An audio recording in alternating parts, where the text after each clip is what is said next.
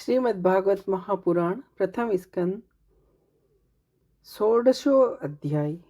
परीक्षित की दिग्विजय तथा धर्म और पृथ्वी का संवाद।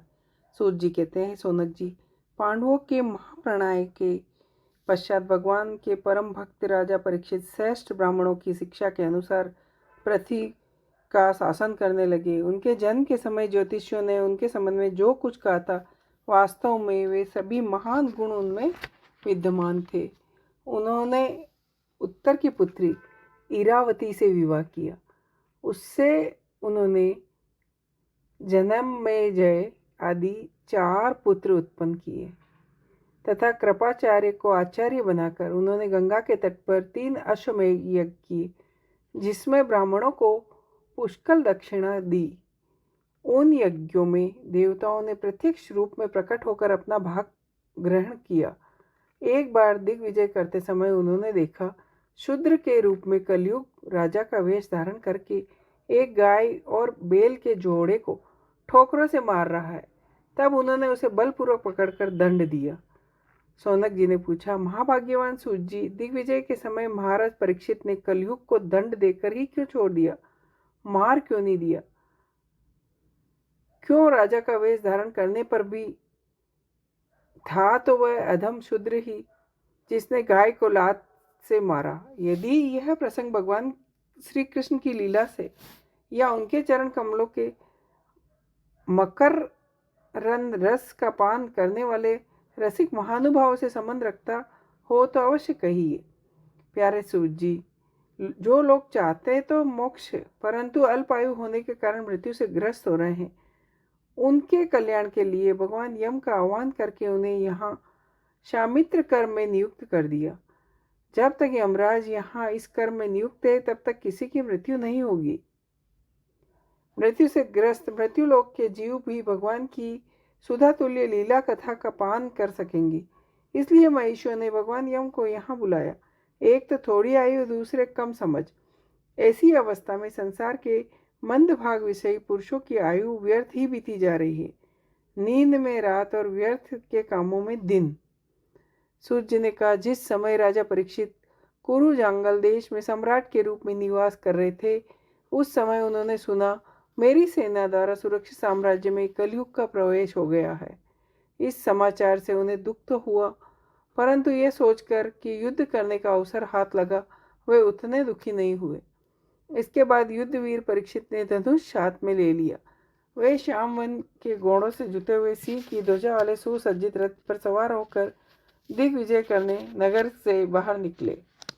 उन्होंने भद्राशव, केतुमाल, भारत, उत्तर कुरु और किम पुरुष आदि सभी वर्षों को जीतकर वहां के राजाओं से भेंट ली।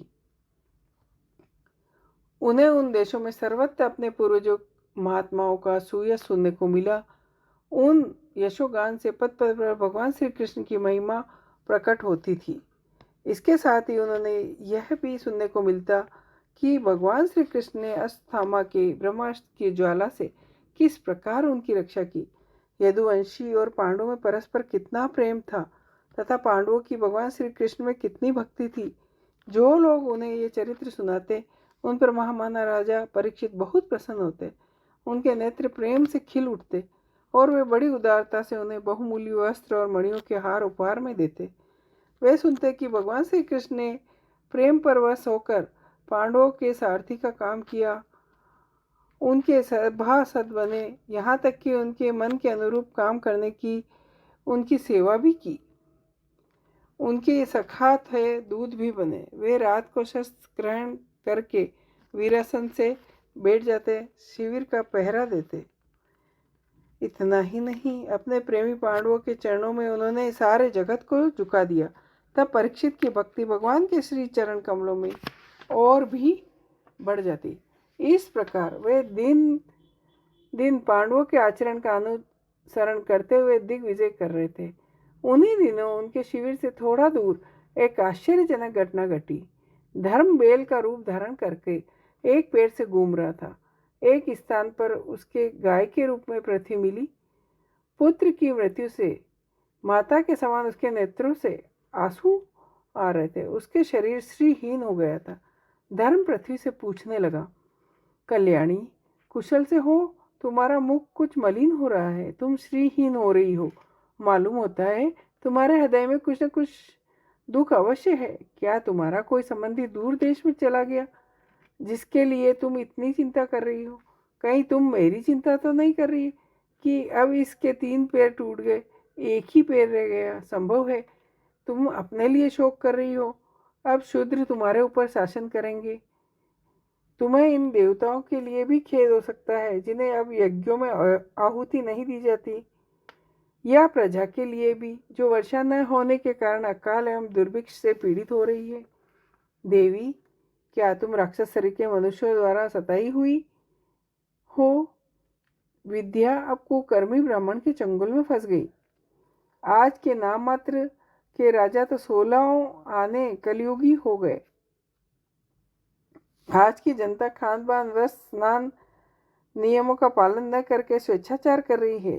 क्या इसके लिए तुम दुखी हो? माँ पृथ्वी, अब समझ में आया, हो न हो भगवान श्री कृष्ण की याद आ रही होगी, क्योंकि उन्होंने तुम्हारा भार उतारने के लिए अवतार लिया और लीलाएं की जो मोक्ष का भी अवलंबन है। अब उनकी लीला संवरण कर लेने पर उनके परित्याग से तुम दुखी हो। मालूम होता है बड़े बड़े बलवानों को भी हरा देने वाले काल ने देवताओं द्वारा वंदनीय तुम्हारे सौभाग्य को छीन लिया। पृथ्वी ने कहा, धर्म, तुम मुझसे जो कुछ पूछ रहे हो वह सब जानते हो। जिन भगवान के सहारे तुम सारे संसार को सुख पहुंचाने वाले अपने चारों चरणों से युक्त थे, जिसमें सत्य, पवित्रता, दया, क्षमा, त्याग, संतोष, सरलता, शम, दम, शास्त्र विचार, ज्ञान, वैराग्य, ऐश्वर्य, निर्भीकता, विनय, शील, साहस, कीर्ति, गौरव, ये सब 39 अप्राकृत गुण और महत्वाकांक्षी पुरुषों द्वारा वांछनीय और भी बहुत से गुण उनकी सेवा करने के लिए नित्य निरंतर निवास करते हैं। एक क्षण के लिए भी उनसे अलग नहीं होते। उन्हीं समस्त गुणों के आश्चर्य सौंदर्य धाम आश्रय भगवान श्री कृष्ण ने इस समय इस लोक से अपनी लीला संवर ली और संसार पापमय कलयुग की कुदृष्टि का शिकार हो गया। यही देख मुझे बड़ा शोक हो रहा है। अपने लिए, देवताओं में श्रेष्ठ तुम्हारे लिए, पितर, ऋषि, साधु और समस्त वर्णों तथा आश्रमों के मनुष्यों के लिए मैं शोकग्रस्त हो रही हूँ, जिनका कृपा कटाक्ष प्राप्त करने के लिए ब्रह्मा आदि देवता भगवान के शरणागत होकर बहुत दिनों तक तपस्या करते रहे।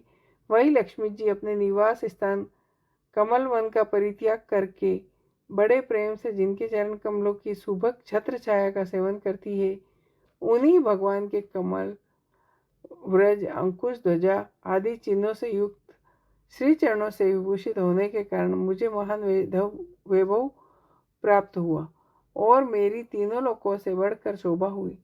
परंतु मेरे सौभाग्य का अब अंत हो गया। भगवान ने मुझ अभागिन को छोड़ दिया।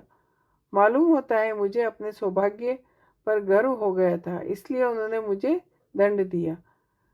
तुम अपने 3 चरणों के कम हो जाने से मन ही मन कुढ़ रहे थे, अतः अपने पुरुषार्थ से तुम्हें अपनी ही अंदर पुनः सब अंगों से पूर्ण एवं स्वस्थ कर देने के लिए वे अत्यंत रमणीय श्याम सुंदर विग्रह से यदुवंश में प्रकट हुए और मेरे बड़े भारी भार को, जो असुरवंशी राजाओं की सैकड़ों अशौकणी रूप में था, नष्ट कर डाला।